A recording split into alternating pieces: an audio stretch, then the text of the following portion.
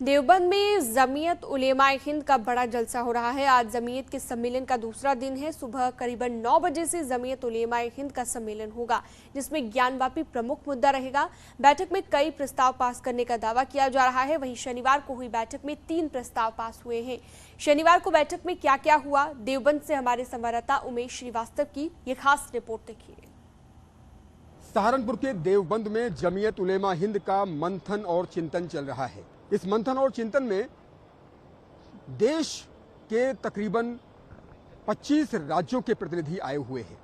आप इन तस्वीरों में देखिए कि यहाँ पर किस तरह से प्रतिनिधि आए हुए हैं अलग अलग राज्यों से और इस चिंतन में हिस्सा ले रहे हैं और बेहद सौभाग्यशाली समझ रहे हैं कि वो ऐसे आयोजन में आए हैं जहाँ देश के अमन व अमान के लिए चिंतन हो रहा है।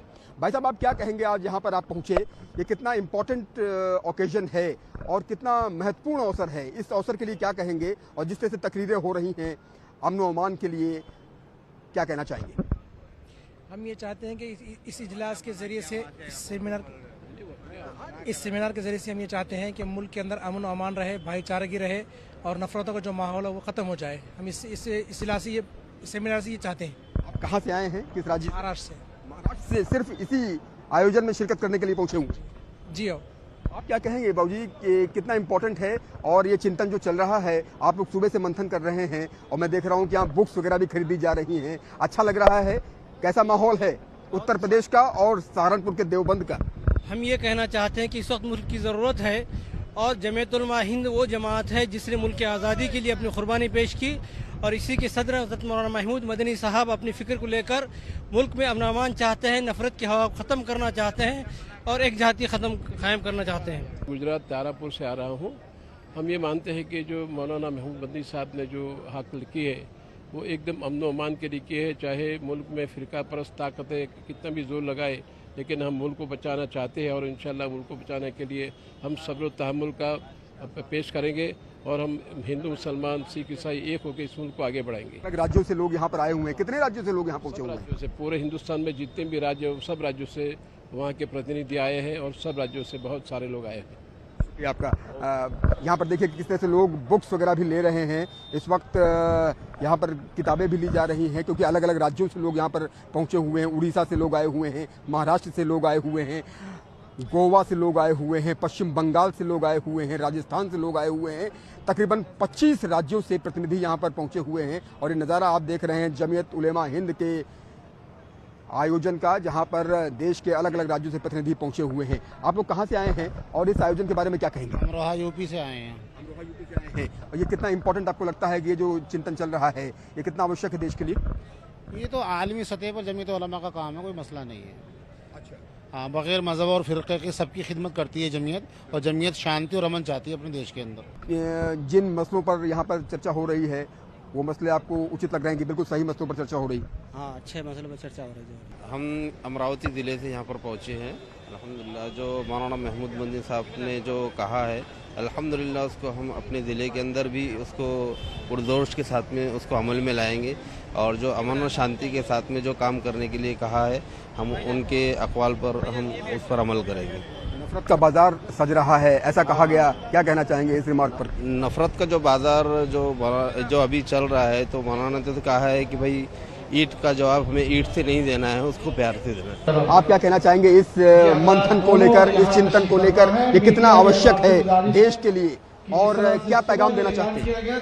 सबसे पहली बात यह है कि इस वक्त मुल्क और मिल्लत के लिए जो पैगाम दिया जा रहा है उसको बहुत ही गहराई के साथ में लेना चाहिए कि मोहब्बत का पैगाम जो दिया गया है उसको पूरे मुल्क में आम किया जाए। हम तो चाहते हैं मुल्क में अमन और अमान कायम रहे, प्यार मोहब्बत का पैगाम सारे देश में पहुँचे, ये है हमारा से। हमें इस मुल्क की हिफाजत करनी है और इस मुल्क में भाईचारे को कायम करना है और यही जमीयत का मैसेज है।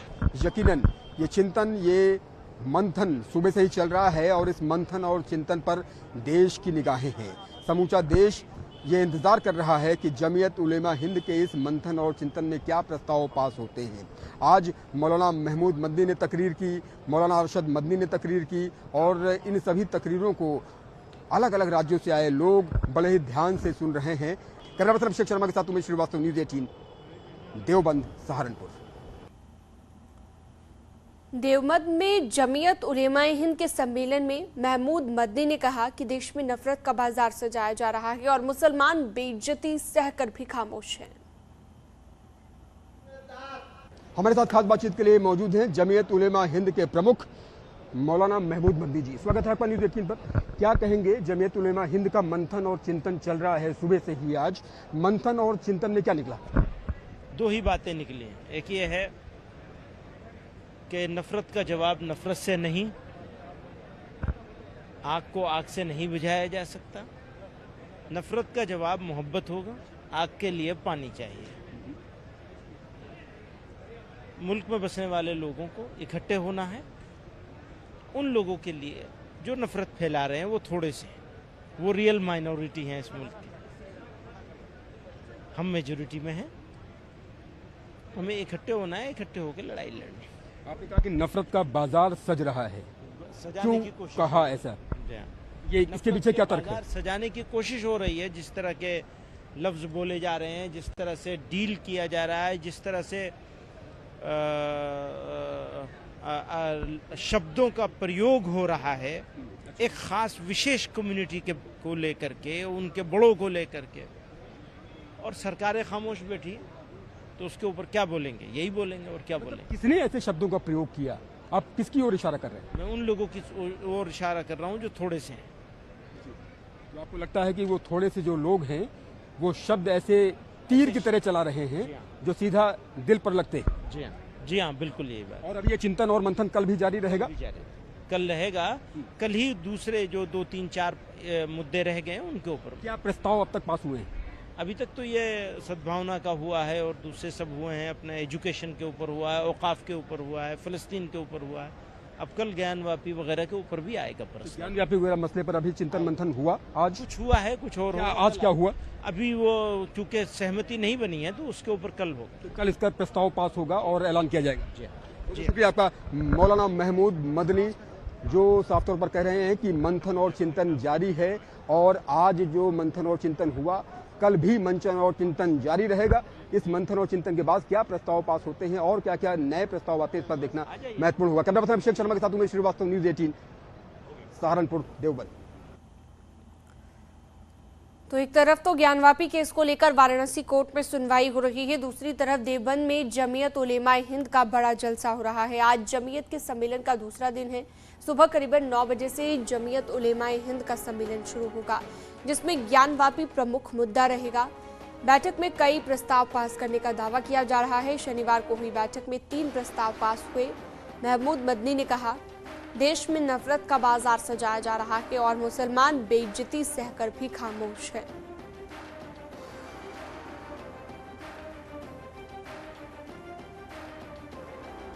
तो अब आगे क्या कुछ होगा? आज जो मंथन किया जाना है, आज एक बार फिर से मंथन होगा। दूसरा दिन है आज देवबंद में। लेकिन जानकारी के लिए आपको बता दें कि एक तरफ तो कोर्ट में सुनवाई चल रही है, तो वहीं दूसरी तरफ देवबंद में ये मंथन हो रहा है। ज्ञानवापी केस को लेकर यहां पर आज प्रमुख मुद्दा रहने वाला है। हालांकि कल की बात करें तो कल भी महमूद मदनी ने कहा कि देश में नफरत का बाजार सजाया जा रहा है, मुसलमान बेइज्जती सहकर भी खामोश है। उम्मीद ये जताई जा रही है कि आज भी कुछ प्रस्ताव पास किए जा सकते हैं। जो देवबंद में मंथन हो रहा है, आज क्या कुछ फैसले लिए जाते हैं या किन किन चीजों को लेकर चर्चा की जाती है, खास तौर पर ज्ञानवापी प्रमुख मुद्दा रहने वाला है। उमेश हमारे साथ लाइव जुड़ गए हैं ज्यादा जानकारी के लिए। उमेश, आज भी देवबंद में मंथन होगा और उम्मीद जताई जा रही है कि आज जो चर्चा होगी खासतौर पर मुद्दा रहेगा ज्ञानवापी का। ऐसे में क्या प्रस्ताव पास हो सकते हैं, किस तरह के कयास पहले से लगाए जा रहे हैं?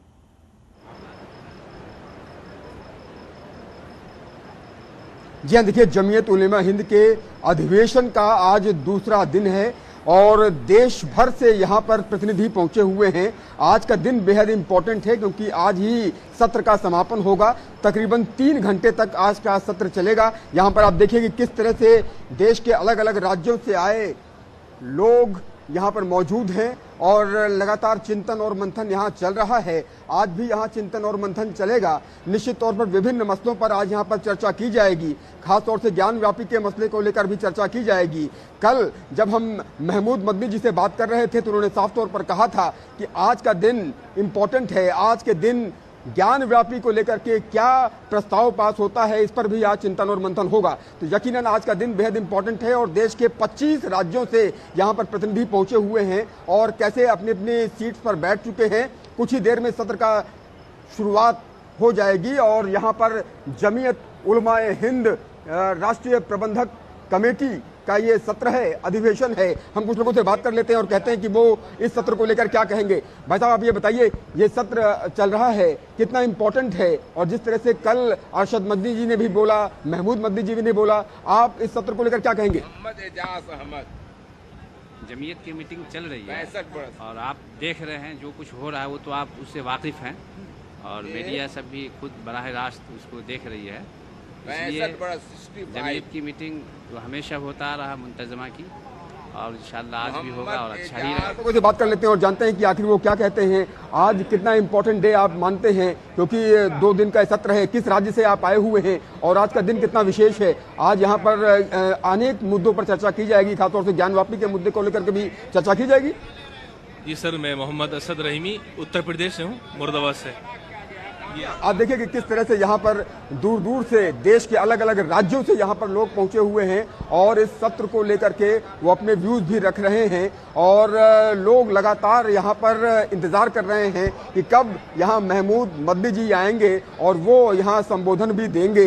तो निश्चित तौर पर कल का दिन भी बेहद इंपॉर्टेंट था, आज का दिन भी बेहद इंपॉर्टेंट है और देखने वाली बात होगी कि आज जब महमूद मदनी बोलते हैं तो वो क्या कहते हैं और उनका अंदाज़े बयां क्या होता है। क्योंकि लगातार महमूद मदनी ने जो कल बयान दिया था और जिस तरह से वो भावुक हो गए थे, अपना संबोधन देते देते वो भावुक भी हो गए थे, रोने भी लगे थे। आज जबकि संबोधन का दूसरा दिन है, आज दूसरे दिन भी ये अधिवेशन चलेगा, तो यकीनन सबकी निगाहें इस बात पर होंगी कि आज महमूद मदनी क्या कहते हैं और आज ज्ञान व्यापी समेत अनेक मुद्दों को लेकर के क्या विशेष बात कही जाती है। बहरहाल आज यहाँ पर लोग जुट चुके हैं, देश के अलग अलग राज्यों से यहाँ पर लोग जुटे हुए हैं और सभी की निगाहें इस बात पर हैं कि आज महमूद मदनी क्या संबोधन देते हैं और क्या विशेष होता है। बिल्कुल उमेश, आप नजर बनाए रखिएगा, आपसे हम लगातार जानकारी लेते रहेंगे सम्मेलन को लेकर। फिलहाल बहुत शुक्रिया आपका। झांसी की बात करते हैं। किसानों की आय बढ़ाने के लिए झांसी प्रशासन की ओर से तुलसी की खेती को बढ़ावा दिया जा रहा है। इससे किसानों को लागत के मुकाबले कई गुना ज्यादा मुनाफा मिल रहा है।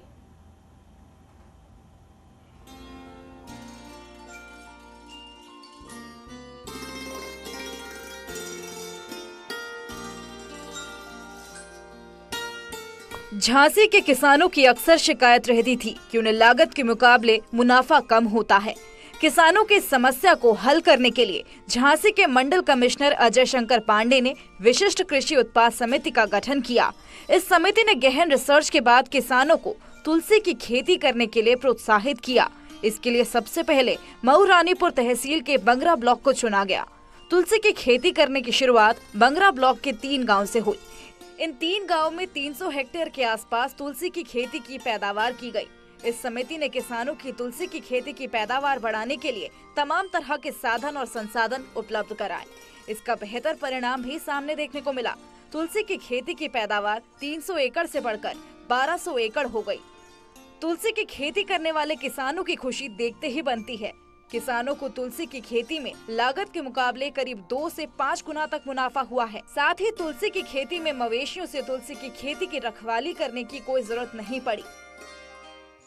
1 एकड़ में 15,000 का माल होता था। अब हम ये खेती करने लगे तुलसी की, जब से हमारा जो है 40,000 का माल करने लगा 1 एकड़ में। तो कितने गुना फायदा हुआ? इसमें हमको 2 गुना फायदा, 3 गुना फायदा। प्रशासन का कहना है कि तुलसी की खेती की पैदावार के लिए किसानों को मंडल स्तर से हर संभव मदद दी जाएगी। तुलसी की फसल से तमाम तरह के उत्पाद को भी बनाकर देश की बड़ी बड़ी कंपनियों को बेचने की बड़ी प्लानिंग की जाएगी। हम लोगों ने मंडल स्तर पर बुंदेलखंड में विशिष्ट कृषि उत्पाद संरक्षण समिति का एक गठन किया। इस समिति का उद्देश्य यही है कि जो हमारे विशिष्ट उत्पाद हैं बुंदेलखंड के, उसका कल्टीवेशन बढ़ाया जाए, कल्टीवेशन बढ़ाने के साथ साथ उनको मार्केट उपलब्ध कराई जाए और उनको अच्छा रेट इसके लिए प्राप्त हो सके। और हमें बड़ी खुशी है कि 300 एकड़ से आज हम 1200 एकड़ पर तुलसी की खेती इस क्षेत्र में कर रहे हैं। तुलसी की खेती में किसानों को सिर्फ फायदे ही फायदे हैं, नुकसान बिल्कुल भी नहीं। लिहाजा किसान बेहद खुश हैं। उन्हें भरोसा है कि प्रशासन की पहल से धीरे धीरे उनकी आर्थिक हालात बेहतर होगी। अश्विनी उपाध्याय, न्यूज़ 18। पिथौरागढ़ में बेनाम चोटियों के लिए पर्वतारोहियों के दल रवाना हो गए हैं। ये दल चोटियों पर पहुंचकर बेनाम और अनछुई चोटियों को महान हस्तियों के नाम से नवाजेंगे। इस पहल से साहसिक पर्यटन को भी एक मुकाम हासिल हो सकता है। पिथौरागढ़ में दर्जनों ऐसी चोटियां हैं जिन तक न तो अभी कोई पहुंच पाया है और न ही इनका कोई नाम है। लेकिन अब प्रशासन ने एक ऐसी पहल शुरू की है जिसके जरिए चुनिंदा 3 चोटियों पर पर्वतारोहियों के दल चढ़ेंगे। ये चोटियां महान सर्वेयर पंडित नैन सिंह रावत के गांव बोना के पास हैं। जिम्बा ग्लेशियर की ये चोटियां 5300 मीटर से 5700 मीटर ऊंची हैं। किया वो ये किया है कि हम जो अननेम्ड पीक्स हैं और थोड़ा लोअर ऑल्टीट्यूड की हैं, लेकिन अभी तक वो वर्जिन पीक्स हैं, उन पे जो हमारे पर्वतारोही दलों को भेजा जाएगा, उससे कहीं ना कहीं पर्यटन को या साहसिक पर्यटन को बढ़ावा देने में हमें मदद भी मिलेगी। और इन तीनों चोटियों का नामकरण देश की महान हस्तियों के नाम पर होना है। पहली और दूसरी चोटी सर्वेयर पंडित नैन सिंह रावत और मान सिंह रावत के नाम पर होगी, जबकि तीसरी चोटी मेजर शैतान सिंह के नाम पर होगी। तीनों चोटियों के लिए 10-10 पर्वतारोहियों के दलों को रवाना किया गया है। तीनों दलों में जाने माने पर्वतारोही शिरकत कर रहे हैं। ये बोना गांव है जो पंडित नैन सिंह जी का गांव है। उसके ऊपर जिम्बा ग्लेशियर क्षेत्र आता है। वहाँ पे 5300 मीटर से 5700 मीटर की 3 अनाम और अनक्लाइम्ड पीक्स हैं। इनके लिए ये अभियान जाएगा। 3 महान हस्तियों के नाम पर चोटियों का नामकरण होने से जहां इन्हें पहचान मिलेगी, वहीं ये उम्मीद भी लगाई जा रही है कि इन चोटियों के साहसिक पर्यटन को बढ़ावा भी मिलेगा। अगर ऐसा होता है तो तय है कि साहसिक पर्यटन के मानचित्र में नए डेस्टिनेशन स्थान बनाएंगे। न्यूज़ 18 के लिए पिथौरागढ़ से विजयवर्धन उप्रेती की रिपोर्ट। और एक छोटे से ब्रेक के लिए यहाँ पर रुकते हैं। नमस्कार, मैं हूं आलोक शुक्ला। आरोग्य रक्षक सम्मान में आज हमारे साथ हैं डॉक्टर SP सिंह जी। आपका हमारे कार्यक्रम में बहुत बहुत स्वागत है डॉक्टर सिंह। नमस्कार। क्या हाइपरटेंशन के मरीजों को अपनी दवाएं नियमित तौर पर लेनी चाहिए? अक्सर देखा गया है कि हाइपरटेंशन के मरीज जब उनका ब्लड प्रेशर कंट्रोल हो जाता है दवाई लेने के बाद, तो अपनी दवाइयां बंद कर देते हैं। उनको ऐसा नहीं करना चाहिए क्योंकि जैसे वो दवाइयां बंद करेंगे, उनका 2 या 3 दिन के बाद दोबारा से ब्लड प्रेशर बढ़ना शुरू हो जाएगा। और वो हो सकता है कि बहुत ज्यादा ब्लड प्रेशर बढ़ जाए, जिसकी वजह से कभी कभी CVA या जिसमें कहते हैं दिमाग का हेमरेजिक इन्फार्क्ट, मतलब हेमरेजिक इंसिडेंस होने के चांसेस होते हैं। ब्लड प्रेशर कंट्रोल में रखने के लिए नियमित तौर पर नमक की कितनी मात्रा का सेवन करना चाहिए? जो लो सोडियम नमक होता है वो अच्छा होता है, लेकिन हम कोई भी अगर नमक लेते हैं तो गाइडलाइंस ये कहती है उनकी मात्रा 2.5 ग्राम पर डे से ज्यादा ना हो। तो अगर 24 आवर नमक कंजम्पशन की बात करें तो 2.5 ग्राम जो नमक है उतना नमक लेना चाहिए। इससे ज्यादा नमक लेंगे तो उससे ब्लड प्रेशर बढ़ने के चांसेस होते हैं। जितना कम से कम नमक लेते हैं उससे ब्लड प्रेशर कंट्रोल होने के चांसेस बढ़ते जाते हैं। ये देखा गया है कि हम अगर 0.5 ग्राम नमक कम करते हैं तो ब्लड प्रेशर अमूमन तौर पर 2 से 4 मिलीमीटर सिस्टोलिक ब्लड प्रेशर कम होता है। इसलिए नमक की मात्रा कम से कम रखें। Doctor SP Singh ji, news 18 Uttar Pradesh Uttarakhand आपको आरोग्य रक्षक सम्मान से सम्मानित करता है। आपने हाइपरटेंशन से जुड़ी जरूरी जानकारी शेयर की है, इसके लिए आपका बहुत बहुत धन्यवाद। धन्यवाद। इसी के साथ अब मुझे दीजिए इजाजत। नमस्कार।